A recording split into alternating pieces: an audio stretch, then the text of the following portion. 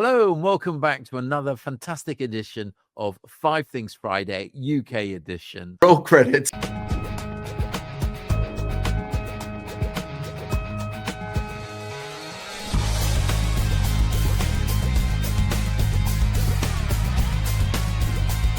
So, as always, I'm joined by my fabulous co-host, Simone. Simone, hello. How are you doing? Hi, I'm good. How are you? Yeah, really good. So what we're going to do, we're going to just jump straight into this. I want to share what I feel is a cultural moment. And the reason why it's a cultural moment, I'll tell you after. I'll just add our guest co-host, Rosalia, to the podcast.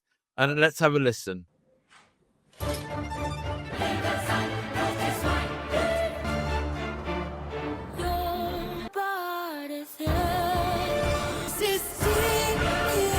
So I'm going to stop it there because it gets into it unfortunately finishes us off with random swearing. I'll let people go off and listen to it. But why is that genre defining? I think we're going to hear that this new generation is exhausted with pop culture and is looking for something different. And it's got Bjork on that with, I forget the rapper's name. He's the guy that starts swearing at the end. But for me, this is Rosalia challenging the norm of what people think of her. What are your thoughts, Simone? I loved it. It's incredible, right? What to expect? That was not what I was expecting. Yeah. Okay. We'll go back to normal transmission now. So why don't we start with you, Simone? I noticed we've got the ASOS pop-up coming up. Yes. Yeah, that was a story that really stood out to me this week because obviously, as we know, ASOS is a pure play online retail and they're stepping into physical retail, launching a premium pop-up on Carnaby Street. It's going to be running from the 7th to the 16th of November. And they have over 200 pieces from party wear to beauty heroes to gifting. They've lined up a lot of their own labels, the ASOS Collective, alongside other brands like AllSaints, Carhartt, Good American, and I believe Adidas ASOS Collab as well, which they've just launched. But for me, I thought it was interesting, and I guess I'm actually really intrigued by the whole thing, as they're so online. But I think it's good because ASOS are recognizing the value of the physical experience, even though they have been online for using pop-ups to clearly build buzz and to really bring their curation to life. And I think the timing's pretty smart as well. Obviously, it's just ahead of the festive season, gifting, party wear. It's all about capturing those moments. But I guess it'll be interesting to see how successful it is. I guess I'm quite curious on the location because Carnaby is a big tourist area. I wonder, will they attract the right customer? Will the people who actually shop on ASOS online actually make the trip in person? Or will it be mostly tourists passing through? Interesting. Okay. Yeah. So that was my thought, it being on Carnaby Street. But who knows? I think, look, either way. Whether or not ASOS ends up being a permanent fixture on the high street, for me, it's just a matter of time. It's not if, it's like when, right? If you look at any e-commerce brand, right, they get to a certain level where 20% is not enough and they have to go after physical. That's how it's done. They're not getting the growth that they want from online anymore. And physical is the only way of getting that growth. And so it's if this for me is a little bit of experimentation before they get into the real thing. Yeah. Yeah, because I think the challenge with, I guess, it being a pop-up, I mean, I'm actually a big fan of pop-ups, but it's, can you really turn this moment into momentum? I imagine it'll be very experiential and very... I think they'll see how them... Yeah, I think they'll see other cues. Are they going to get good vibes? Is there going to be, positive? Exactly. Like, are you going to get long-term shoppers from it? I don't know. It'll be interesting to see. I'm very curious about it, and we'll be checking it out. Yeah, definitely one to watch. Specifically, the brand ASOS in general. So moving on to me, I've got one from Australia. It's another entrant into the UK market.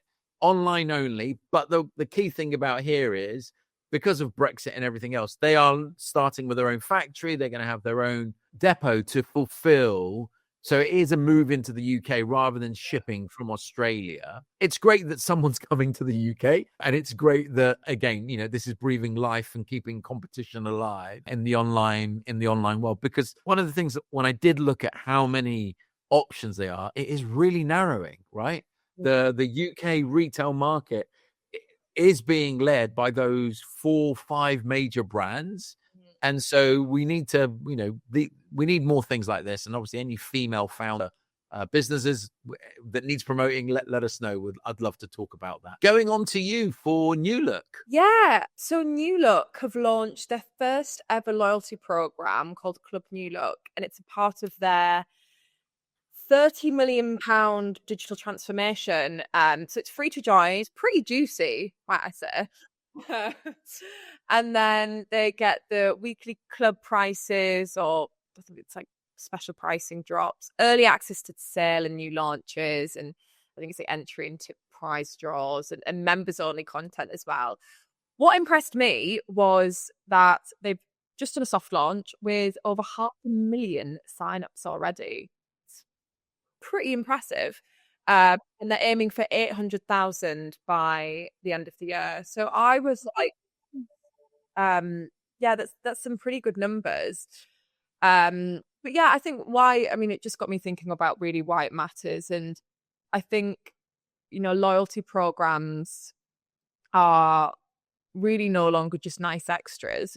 I think they're really kind of becoming essential tools for brands to really keep customers engaged and really reduce churn. And I think for a brand like New Look, which obviously competes in a very crowded and price sensitive space, I think offering value beyond just product or discount is really smart. You get people into that habit of being members and maybe spending more often as well. So yeah, I'll be excited to see how that rolls out. I love the fact that obviously New Look is value and they're trying to spread their wings, but obviously the amount of data they should then hopefully get with their customers to have a better relationship. Yeah. I think I've discussed, my only thing that frustrates me with loyalty memberships is I think for this new generation, they want interaction. They want more, not less, right? So if I'm going to sign up for a loyalty program, I want to have that relationship with you. Stop just sending the offers. Interact with me. Be a part of my circle of influence in one way or another. So anyway, interesting to see. I always think the best loyalty programs is when they're really, I know Selfridges do it, and a lot more of like the more premium brands, but it's when they're able to do a tiered access, kind of like how BA do it. You're really kind of working your way up through the to like a gold. I don't want to say money can't buy things that you typically can't buy, and I think those are really the ones that crack loyalty, because those are the ones that really get the FOMO, and you end up, it becomes quite addictive, right? You're like, I want to spend more on these points because I want to be the member that gets access to X event that I couldn't normally go to. So yeah, it'll be interesting to see if they go down that route. I think it'd be 100%. And coming back to you, this one's with me. It's a question that we've discussed this on the show, and it's a brand that you love, and Cara, and the brand is Topshop and Topman. I left last week's show thinking she's so right. Nostalgia for nostalgia's sake doesn't work. And so don't tell me about the past. Somehow bring it to the day. And I was curious because Topshop you were upbeat about, and I just love to get your perspective on why you think Topshop has gone beyond nostalgia, whereas Gap potentially hasn't.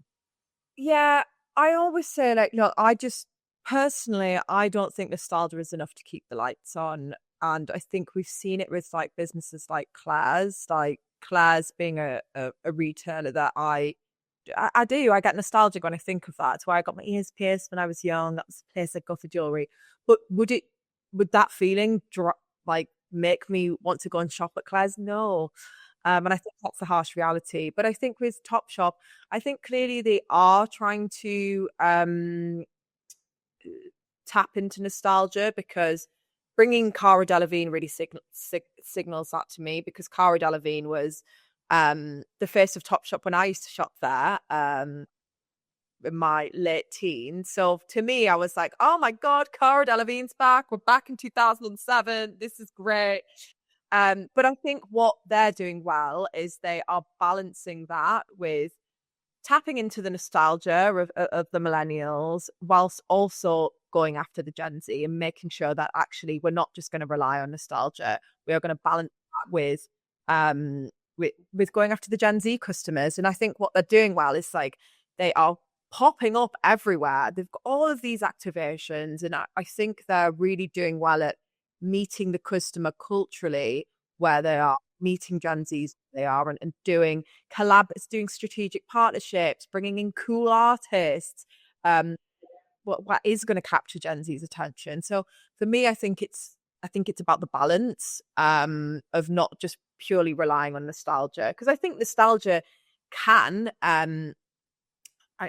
I'm not saying nostalgia is bad, but it's not enough to launch a brand and hope that that's enough to drive traffic. Yeah. Sorry, I spoke over you. So go ahead. Okay. No, I was basically going to say exactly that. I don't think it's. I think it has to be balanced, and I think the best brands are the ones that are finding that balance.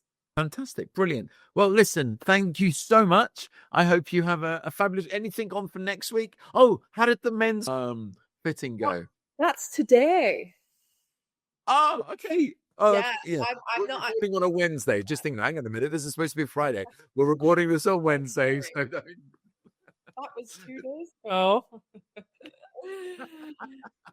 Okay, all right. Well, I was thinking you need to, if this personal shopper does private clients, I'd love to. That's my dream, right? To have someone. Yeah, absolutely. Huh? We'll get you booked in. Yeah, well, no, irrespective, I would love to get my own little, because I'm thinking outfits for NRF next year. What are top 3 really cool outfits that's sort of like on trend, but anyway. Help you out. I'd love it. In all seriousness, I'd love it.